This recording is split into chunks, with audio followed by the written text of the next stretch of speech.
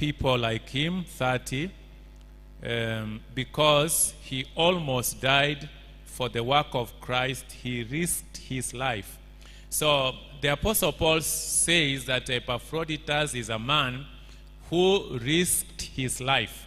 So that is the reason he gives, that is why he should be honored, because he was willing to risk his life. And if we will be men and women who will be recommended as people that are worthy to be honored, we must learn to risk our lives. Someone has said that life is not worth living until you find something you can die for. So you cannot live a life that will be worth of honor, a life that people can remember, a life that can be celebrated until you find something in life that you can die for.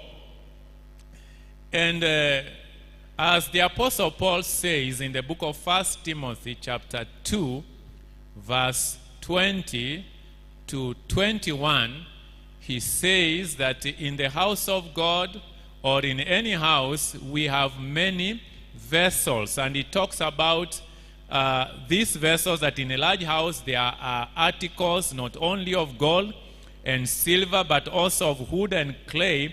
Some are for special purposes and some are for common use. So some are for noble or for worthy purposes, and others are for common purposes.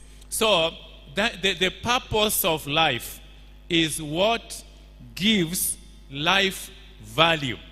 So when you discover this thing that you can die for, like Epaphroditus, the Bible says that he was just an ordinary man in church who was sent as a messenger. And once he got to Rome, he discovered that the Apostle Paul needed more than just the goods that he had come to deliver.